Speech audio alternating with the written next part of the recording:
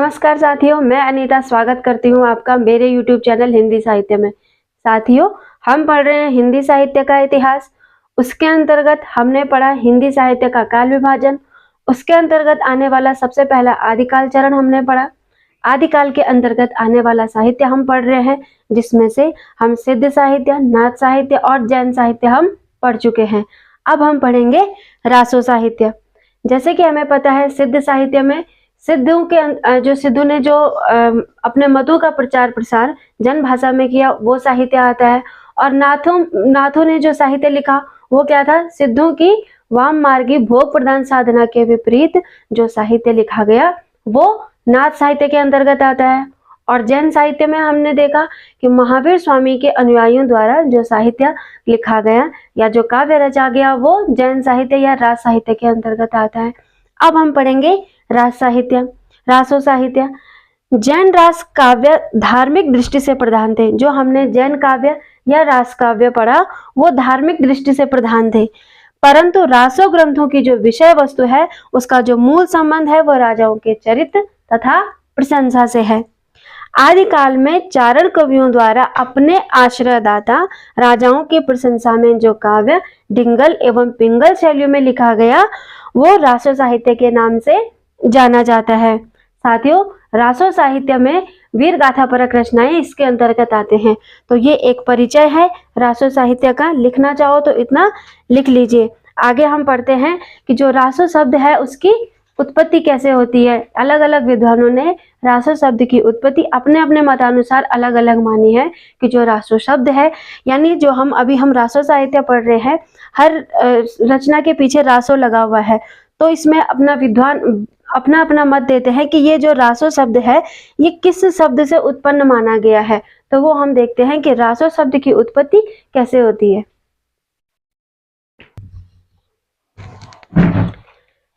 रासो शब्द की उत्पत्ति गारसा दत्तासी जी राजसूय यज्ञ से मानते हैं रासो शब्द की उत्पत्ति।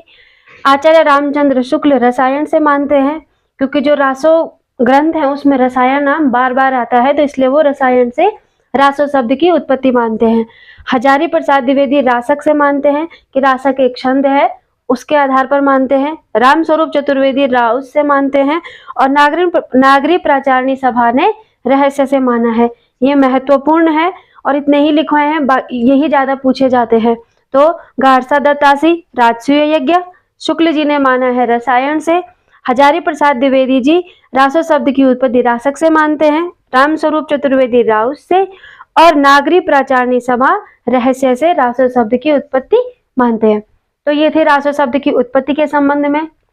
अब हम देखते हैं रासो साहित्य की कुछ विशेषताएं। वैसे तो हम आदिकाल के स्टार्टिंग में ही रासो साहित्य की विशेषताएं या आदिकाल की संपूर्ण विशेषताओं में उनको पढ़ चुके हैं, लेकिन फिर भी एक नॉलेज के तौर पे, ताकि हमें रासो साहित्य समझने में आसानी हो, इसमें भी हम रासो साहित्य की कुछ महत्वपूर्ण विशेषताएं देख लेते हैं।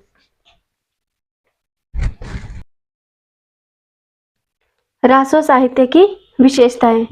रासो साहित्य चारण कवियों द्वारा रचित है। आश्रयदाताओं की वीरता एवं अन्य गुणों का अतिशयोक्तिपूर्ण वर्णन है। वीर एवं श्रृंगार रसों की प्रधानता है। वीर रस प्रमुख है, श्रृंगार रस गौण है। सामंती जीवन का वर्णन है, क्योंकि जो चारण कवि हैं वो राजाओं के आश्रय में ही रहते थे, तो स्वाभाविक है कि उन्होंने सामंती जीवन का वर्णन उसमें किया होगा। प्रबंध एवं मुक्तक दोनों काव्य रूपों का वर्णन है। प्रबंध यानी वो रचना जो महाकाव्य होती है और शुरू से लेकर लास्ट तक जुड़ी हुई होती है। एक नायक होता है जिसमें वो प्रबंध काव्य होता है। और मुक्तक जिसमें जैसे दोहे या पद लिखे होते हैं, तो पहला पद दूसरे पद से ज्यादा मेल नहीं खाता है, तो मुक्तक जो रचनाएं हैं वो भी मिलती हैं और प्रबंध रचनाएं भी मिलती हैं। अधिकांश रचनाएं विवादास्पद हैं या अर्ध प्रामाणिक हैं। तो ये जो रचनाएं हैं वो विवादास्पद हैं, क्योंकि जो कवि थे उन्होंने क्या किया, अपने राजाओं का वर्णन किया, और जो राजा थे उनके जो उत्तराधिकारी राजा हुए उन्होंने अपने आश्रित कवियों द्वारा और अंश जोड़ लिए गए। तो फिर उसमें मध्यकालीन कवियों का, मध्यकालीन राजाओं तक का वर्णन इस काल की रचनाओं में मिलता है, तो इसलिए वो विवादास्पद हो गई हैं, अर्ध प्रामाणिक हो गई है। तो ये थी रासो साहित्य की विशेषताएं। अब हम प्रमुख जो रासो ग्रंथ हैं उनको देखते हैं।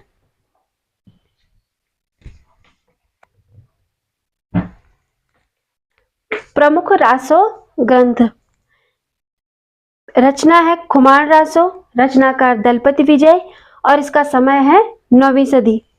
विशलदेव रासो नरपति नाल्हा की रचना है, 1155 ईस्वी में इसकी रचना हुई है।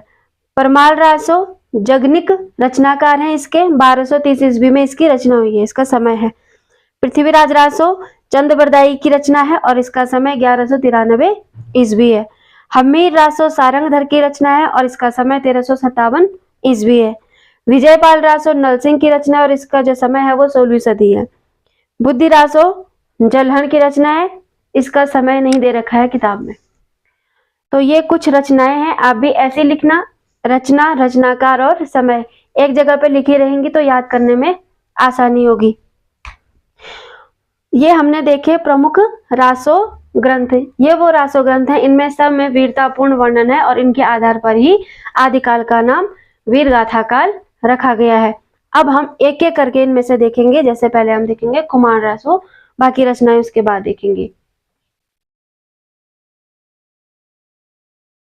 खुमान रासो, खुमान रासो के रचनाकार दलपति विजय हैं और इसका जो रचना काल है वो 9वीं सदी है, शुक्ल एवं हजारी प्रसाद द्विवेदी के अनुसार।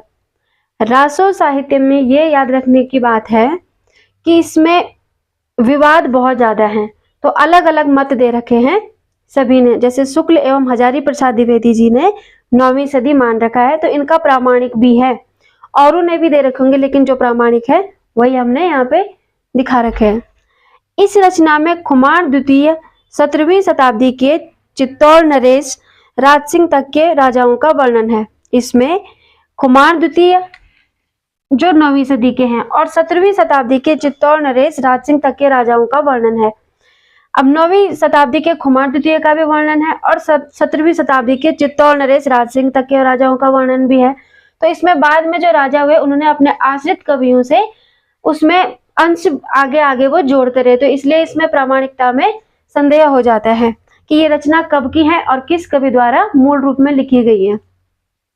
इस रचना में 5000 छंद है। हस्तलिखित प्रति इसके पुणे संग्रहालय में है और इसकी भाषा राजस्थानी हिंदी है। खुमान रासो के बारे में ये महत्वपूर्ण तथ्य है और इतने ही परीक्षा में पूछे जाते हैं, इतना ही इनके बारे में है भी शुक्ल जी की किताब में भी। आगे देखते हैं। विशलदेव रासो, इसके जो रचनाकार हैं वो है नरपति नाल्हा, रचना काल 1155 ईस्वी शुक्ल जी के अनुसार।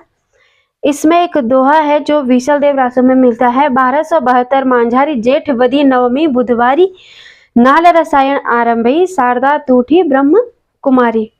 इसमें 1272 मांझारी यानी ये 1272 में जो ये रचना लिखना आरंभ करता हूं मैं, ऐसे नाल्हा जी कह रहे हैं। तो 1272, तो किसी ने इसको 1272 माना है और किसी ने इसको 1212 माना है। तो जो 1212 है वो ज्यादा सर्वमान्य है, तो 1212 संवत में इसको लिखा हुआ माना गया है। तो 1212 में अगर 57 वर्ष हम कम कर देंगे तो वो 1155 ही होता है, तो इसलिए इसका जो रचना काल है वो 1155 ईस्वी मानते हैं शुक्ल जी, और सर्वमान्य भी यही है। और नागरिक प्राचारणी सभा ने नवीन खोजों के अनुसार संवत 1073 इसका समय मानते हैं कि वहां पे एक पंक्ति ऐसे भी मिलती है कि संवत सहस 73 जानी नालहक कविसर सरसिया वाणी। अब यहाँ पर अगर नॉर्मली पूछे कि रचना काल क्या है तो 1155 ईस्वी शुक्ल जी के अनुसार 1155 ईस्वी, और नागरिक प्राचारणी सभा तब 1073 संवत। तो ऐसे इसको हर तरीके से याद रखना जरूरी है, क्योंकि ये विशलदेव रासो रचना है, बहुत महत्वपूर्ण रचना है, छोड़ने लायक भी नहीं है, तो इसको ये सन भी याद होने जरूरी है। आगे देखते हैं। विशलदेव रासो के संबंध में जो विशेष तथ्य है या जो उस रचना के बारे में जो भी जानकारी है वो ये है, आप चाहे उसको पॉइंट बना के लिख लीजिए या फिर एक साथ लिख लेंगे, ऐसे लिखने में आसानी होगी, याद करने में टफ नहीं लगेगा। तो इसमें जो विशेष तथ्य है वो है, इसमें भोज परमार की पुत्री राजमती और अजमेर के चौहान राजा विशलदेव के विवाह, वियोग और पुनर्मिलन की कथा है। राजमती की बातों से रुष्ट होकर राजा उड़ीसा चला जाता है और 12 वर्ष तक राजमती उसके विरह में दुखी रहती है। शुक्ल जी कहते हैं कि 1 वर्ष का इसमें वर्णन है, बाकी किताबों में मिलता है कि 12 वर्षों का इसमें 12 महीनों का इसमें 12 वर्षों का वर्णन है। और सामंती जीवन के प्रति गहरी अरुचि का सजीव चित्रण इसमें मिलता है। जब राजा राजमती को छोड़ के चला जाता है तब वो राजमहल में रहती है, तो सामंती जीवन के प्रति उसमें गहरी अरुचि दिखती है। वो राजमती कहती है कि इससे अच्छा तो मैं किसी जंगल में होती, तो इसमें सामंती जीवन के प्रति गहरी अरुचि मिलती है। मेघदूत एवं संदेश राशक की संदेश परंपरा भी इसमें मिलती है। इसका कथानक 4 खंडों में विभक्त है। आगे देखते हैं। विशलदेव रासो एक श्रृंगारिक विरह काव्य है। हिंदी साहित्य में 12 मासा का वर्णन सबसे पहले विशलदेव रासो में मिलता है। यह एक गेय काव्य है और माता प्रसाद गुप्त ने 128 पदों का संपादन किया है। जो माता प्रसाद गुप्त हैं उन्होंने 128 पदों का संपादन किया है, यानी इसमें 128 पद है इस रचना में। कहीं पर 124 पद दे रखे हैं और कहीं पर 125 पदों का इसमें 125 पद है, 125 पद है, ऐसा दे रखा है। लेकिन जो सर्वमान्य है वो क्या है, माता प्रसाद गुप्त ने 128 पदों का संपादन किया है, तो इसमें 128 पद हैं। अजमेर शासक का नाम विग्रहराज एवं उपनाम विशलदेव था और इस रचना में कोमल प्रेम के मधुर, मार्मिक और संवेदनशील रूप का चित्रण है। हमारे पास जितनी भी किताबें हैं, जैसे शुक्ल की किताब, नगेंद्र की किताब, इसमें इतना ही वर्णन मिलता है, ज्यादा नहीं देखने को मिलता है कि इसमें कोई वीर रस का ज्यादा वर्णन है।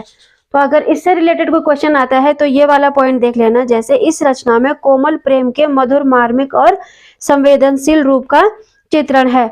और कहीं पर यह भी पॉइंट मिलता है कि इसमें गृहस्थ जीवन का ज्यादा वर्णन भी मिलता है। तो ये था विशलदेव रासो। आगे देखते हैं हम परमाल रासो। अगली रचना है परमाल रासो। परमाल रासो के रचनाकार जगनिक है और इसका जो समय है वो विक्रमी संवत 1230 माना जाता है। इस रचना में कालिंजर के राजा परमार्दिदेव या परमाल के वीर शासकों के वीर सरदार है जो उनके आल्हा एवं ऊदल की वीरता का वर्णन है। आल्हा और ऊदल महोबा के निवासी थे। जो राजा थे वो कालिंजर के निवासी थे और जो ये सैनिक है आल्हा और ऊदल, ये महोबा के निवासी थे। सबसे पहले फर्रुखाबाद के तत्कालीन कलेक्टर चार्ल्स इलियट ने 1865 ईस्वी में इस रचना का प्रकाशन आल्हा खंड नाम से करवाया था और यह एक मुक्तक गेय रचना है। आगे इसमें कुछ और पॉइंट है, देखते हैं। इसके पद वर्षा ऋतु में उत्तर प्रदेश के बेसवाड़ा और पूर्वांचल एवं बुंदेलखंड में भी गाए जाते हैं। और इस रचना की प्रसिद्ध पंक्ति है, 12 बरस लो कुकर जीवे और 13 लो जिए सियार, 18 बरस क्षत्रिय जिए आगे जीवन को धिकार। ये प्रसिद्ध पंक्ति है, पूछी जाती है ये पंक्ति किस रचना से है, किस रासो ग्रंथ से है। और इसके जो पद हैं वो गाए जाते हैं। पीछे भी लिखवाया था मुक्तक गेय पद हैं, तो ये गाए जाने वाले पदों को गेय पद कहते हैं। तो वर्षा ऋतु में इसके पद गाए जाते हैं। तो ये था हमारा। अब हम देखते हैं अगली रचना अपना हमीर रासो। अगली रचना है हमीर रासो। इसके जो रचनाकार हैं वो हैं सारंगधर और रचना काल है 1357 ईस्वी और 14वीं शताब्दी। यह रचना मूल रूप में उपलब्ध नहीं है और प्राकृत पैंगलम में इस रचना के कुछ पद मिलते हैं।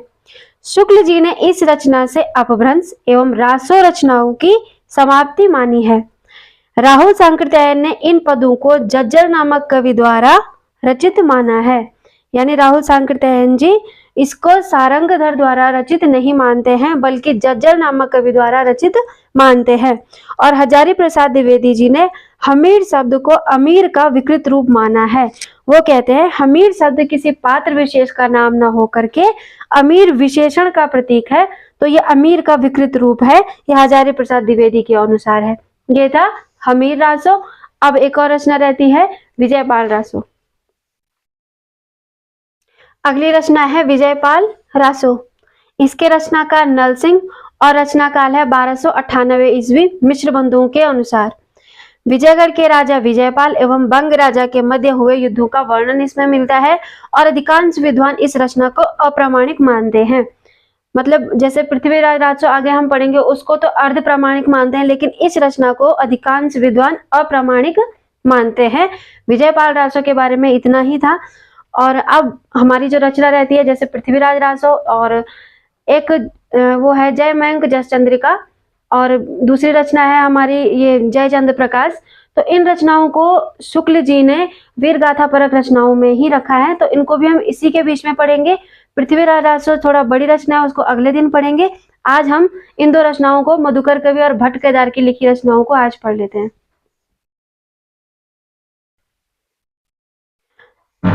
अगली रचना है जयचंद्र प्रकाश, ये है भट्ट केदार की, और जयमंक जस चंद्रिका ये मधुकर कवि की रचना है। इन दोनों रचनाओं का जो काल है वो अज्ञात है और कन्नौज के शासक जयचंद की वीरता का इसमें वर्णन है। दयाल दास सिंघायच द्वारा रचित राठौड़ारी ख्यात में इसका उल्लेख मिलता है। इन दोनों रचनाओं का, ये दोनों रचनाएं भी मूल रूप में प्राप्त नहीं है और ये राठौड़ा ख्यात में इन रचनाओं का वर्णन हमें मिलता है।